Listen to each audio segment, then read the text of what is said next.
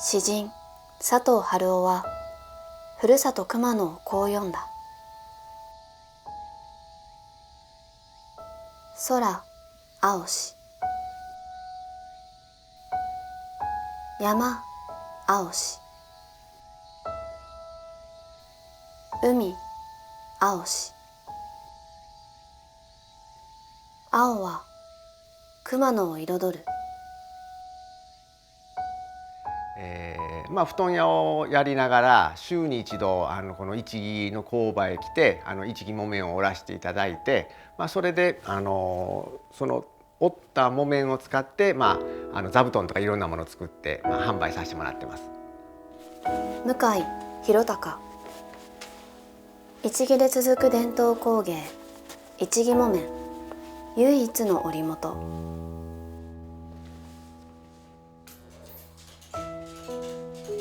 今日も一人、人々の思いを紡ぐ。今回美浜町の方に鮮やかなブルーですね、こういう横糸にして織ってみてくれないって頼まれて織ったのがこの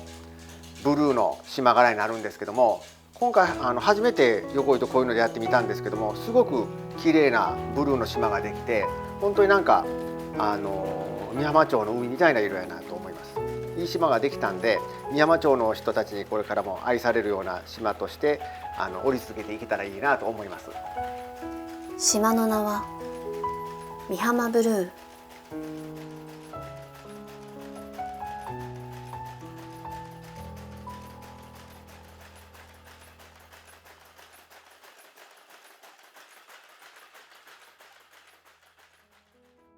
その市木木綿を始めたのはその大久保万太郎さんという方なんですけども、自分だけが自分のとこだけが良かったらええのではなくて、みんなが豊かになったらええんじゃないかっていうことで、それを独り占めするんじゃなくてやっていこらっていうことで明治時代ですね、それを始めたのが市木木綿の始まりです。市木木綿やってると美浜町の人からも「向井さんあんた市木木綿やったってくれてるんやね」とかってこう言っていただくんですけど、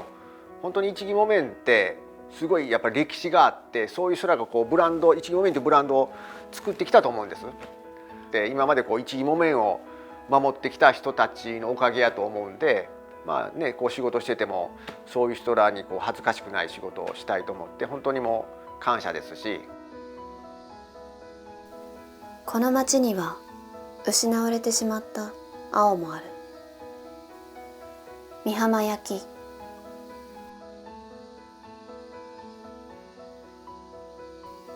人々に親しまれてきた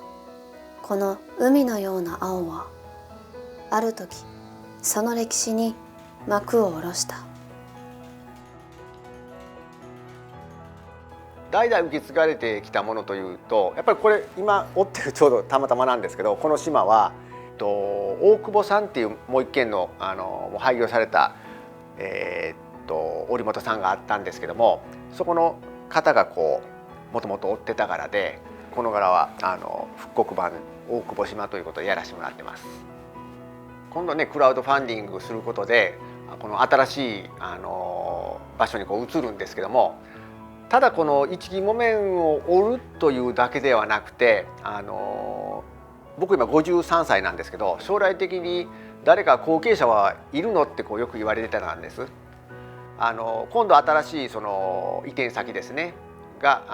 購入して、これを移転してそこにした時には多分20年ぐらいはできるかなと思ってるんで、20年経った時に、次の誰か後継者の方も見つけて、その時にはもうそのままもう僕がねここ使わせてもらったみたいに、もうそのまま無償でも次の人にも譲渡するつもりでいますんで、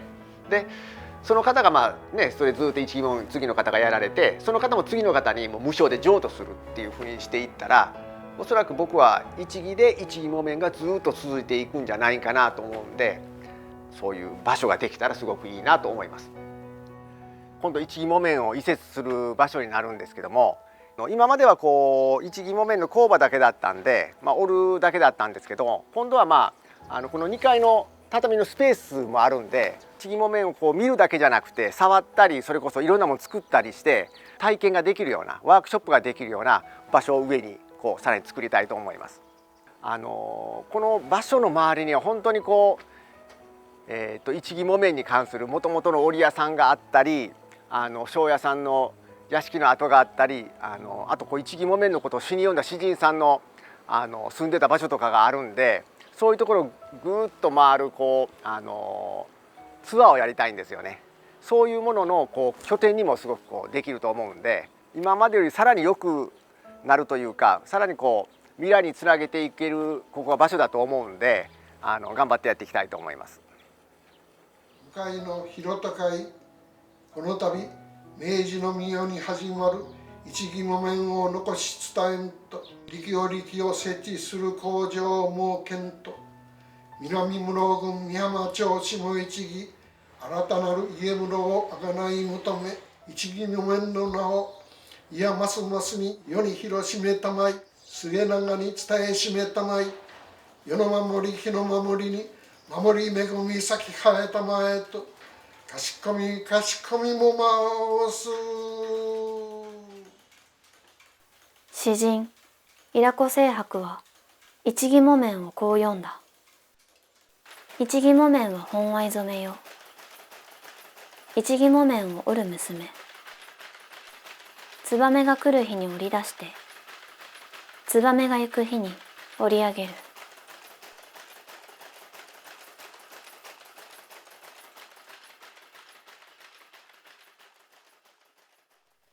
クラウドファンディングにご協力いただいたおかげで新工場の、改修と移転も無事終わりまして、この今新工場を拠点にして一木木綿ツアーも開催して、ツアーに参加していただいた方にはこの、一木木綿の美浜ブルーで作ったバッジをプレゼントさせていただいて、こちらので勝手にこう一木木綿アンバサダー親善大使ですねに認定させていただいてます。でもしこのバッジをつけててそれ何とかって聞かれたら、